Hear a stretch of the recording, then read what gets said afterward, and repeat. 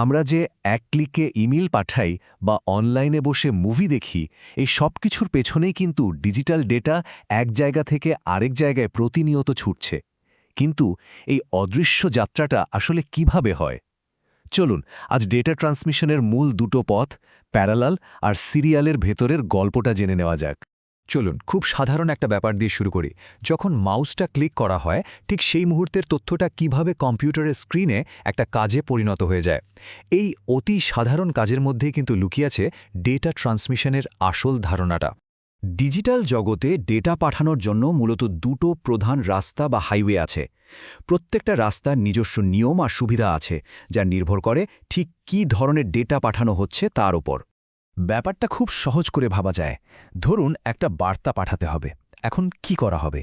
অনেকগুলো দূতকে একসাথে পাঠানো হবে যারা বার্তার এক একটা অংশ নিয়ে যাবে, নাকি একজন দূতকেই পুরো বার্তাটা দিয়ে দেওয়া হবে? এই দুটো ধারণাই হলো ডেটা ট্রান্সমিশনের মূল ভিত্তি। টেকনোলজির ভাষায় এই দুটো রাস্তাকেই বলা হয় প্যারালাল আর সিরিয়াল ট্রান্সমিশন। এদের নাম শুনলেই কাজের ধরনটা একটু বোঝা যায়, কিন্তু এদের কার্যকারিতা আর ব্যবহার কিন্তু একদমই আলাদা। প্রথমে আসি প্যারালালের কথায়। এই পদ্ধতিতে ডেটার প্রত্যেকটা বেট মানে ছোট ছোট অংশ আলাদা আলাদা লেন বা চ্যানেল ব্যবহার করে একই সময় যাত্রা করে, ঠিক যেন একটা ৮ লেনের হাইওয়ে যেখানে ৮টা গাড়ি পাশাপাশি ছুটতে পারে। বোঝাই যাচ্ছে এতে ডেটা অনেক দ্রুত পৌঁছাতে পারে। তো এত ফাস্ট একটা সিস্টেম, এটা ঠিক কোথায় কাজে লাগে? সাধারণত যেখানে অল্প সময়ে অনেক বেশি ডেটা পাঠাতে হয়, যেমন ধরুন হাই কোয়ালিটি ভিডিও স্ট্রিমিং বা কম্পিউটার থেকে প্রিন্টারে যখন কিছু প্রিন্ট করতে দেওয়া হয়। এসব জায়গায় ১ সেকেন্ড দেরি হলেও কিন্তু চলে না। আর এর ঠিক উল্টোটা হলো সিরিয়াল ট্রান্সমিশন। এখানে ডেটার বিটগুলো সব এক লাইনে, একটার পেছনে আরেকটা করে যায়, অনেকটা এক লেনের রাস্তার মতো, যেখানে গাড়িগুলোকে সারিবদ্ধভাবে যেতে হয়। হ্যাঁ, গতি একটু কম, কিন্তু এরও কিন্তু বিশেষ কিছু সুবিধে আছে। সিরিয়াল ট্রান্সমিশন কিন্তু লম্বা দূরত্বের জন্য একদম আদর্শ। কেন? কেননা অনেকগুলো তার যদি একসাথে লম্বা দূরত্বে যায়, তাহলে সিগন্যালগুলো আপসমে গণ্ডগোল পাকাতে পারে, যেটাকে বলে ক্রসটক। খরচও বেড়ে যায়। তাই কম্পিউটার মাউস বা মডেমের মতো ডিভাইসে যেখানে ডেটার পরিমাণ কম, সেখানে একটাই তার ব্যবহার করা হয়, আর এটাই সবচেয়ে কার্যকর। এই টেবিলটা দেখলেই পুরো ব্যাপারটা পরিষ্কার হয়ে যাবে। একদিকে প্যারালালের শক্তি হলো গতি, আর অন্যদিকে সিরিয়ালের সুবিধা হলো কম খরচ আর লম্বা দূরত্বের ডেটা পাঠানোর ক্ষমতা। বলা যায় প্যারালাল হলো শর্ট ডিস্টেন্সের স্প্রিন্টার, আর সিরিয়াল হলো লম্বা পথের ম্যারাথন দৌড়বিদ। আসলে টেকনোলজিতে সবসময় গতি আর খরচের মধ্যে একটা ব্যালেন্স খুঁজে বের করতে হয়। এখন চলুন সিরিয়াল ট্রান্সমিশন নিয়ে আরেকটু গভীরে যাওয়া যাক। যেহেতু এখানে সব ডেটা বিট এক লাইনে আসে, তাই একটা বড় চ্যালেঞ্জ সামনে চলে আসে, আর সেটা হলো টাইমিং। এটাই কিন্তু আসল প্রশ্ন। ভাবুন তো, সেন্ডার যখন 10111010 মতো এক গাধা বিট পাঠাচ্ছে, তখন রিসিভার বুঝবেটা কি করে যে একটা অক্ষর বা বাইট ঠিক কোথায় শুরু আর কোথায় শেষ হচ্ছে? এই বোঝাপড়াটা না থাকলে তো পুরো ডেটাই জগা খিচুড়ি হয়ে যাবে। এই সমস্যার সমাধানই হল বিট সিঙ্ক্রোনাইজেশন। এটা সেন্ডার আর রিসিভারের মধ্যে একটা সময়ের নিয়ম বেঁধে দেয়।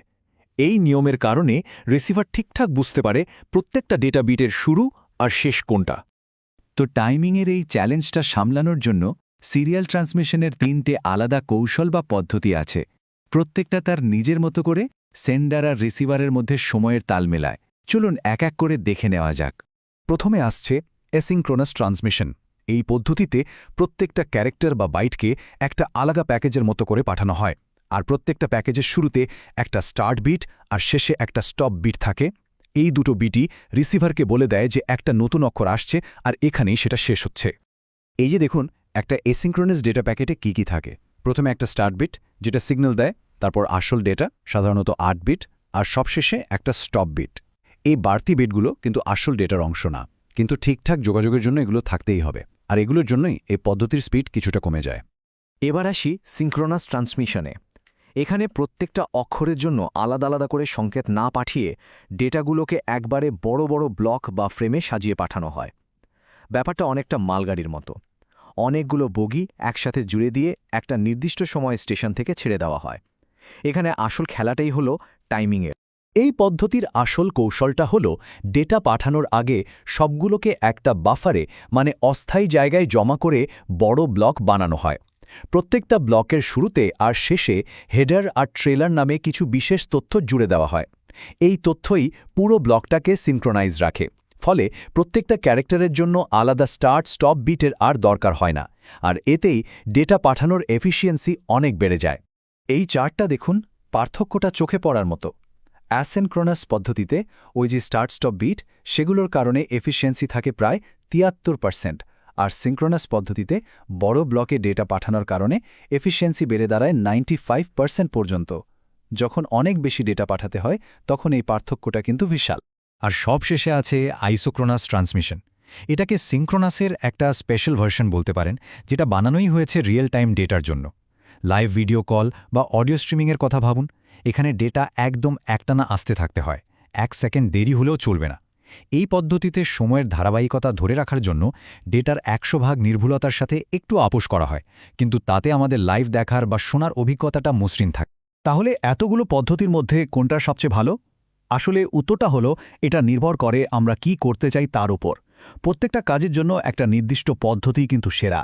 এই টেবিলটা দেখলেই পুরো আলোচনাটা একবারে পরিষ্কার হয়ে যাবে। আমরা যখন কিবোর্ডে টাইপ করি তখন কাজ করে অ্যাসিঙ্ক্রোনাস। যখন একটা বড় ফাইল এক কম্পিউটার থেকে আরেকটাতে পাঠাই তখন সিঙ্ক্রোনাস তার কামাল দেখায়। আর লাইভ ভিডিও কলের মতো টানা ডেটা স্ট্রিমের জন্য আইসোক্রোনাস ছাড়া ভাবাই যায় না। সুতরাং মূল কথাটা হলো এটাই, কোন একটা পদ্ধতিকে কিন্তু ঢালাওভাবে শ্রেষ্ঠ বলা যায় না। গতি কেমন লাগবে, খরচ কেমন হবে আর ডেটাটা কী ধরনের, এই 3টি জিনিস মিলিয়েই ঠিক করতে হয় কোনটা ব্যবহার করা হবে। আমরা প্রতিদিন যে টেকনোলজি ব্যবহার করি তার প্রায় সব কিছুর ভেতরেই কিন্তু ডেটা পাঠানোর এই মৌলিক সিদ্ধান্তগুলো কাজ করছে। একটা ইমেল পাঠানো থেকে শুরু করে একটা অনলাইন মুভি দেখা পর্যন্ত সবকিছুই এই পদ্ধতিগুলোর ওপরেই দাঁড়িয়ে আছে। সবশেষে একটা প্রশ্ন দিয়ে যাই, সামনে তো কোয়ান্টাম কম্পিউটিং আর আর্টিফিশিয়াল ইন্টেলিজেন্সের যুগ আসছে। তখন ডেটা পাঠানোর এই নিয়মগুলো কিভাবে বদলে যাবে? ভবিষ্যতে ডেটা হাইওয়ে কি আজকের থেকে একদমই আলাদা হবে? ভাবার মতো একটা বিষয়, তাই না?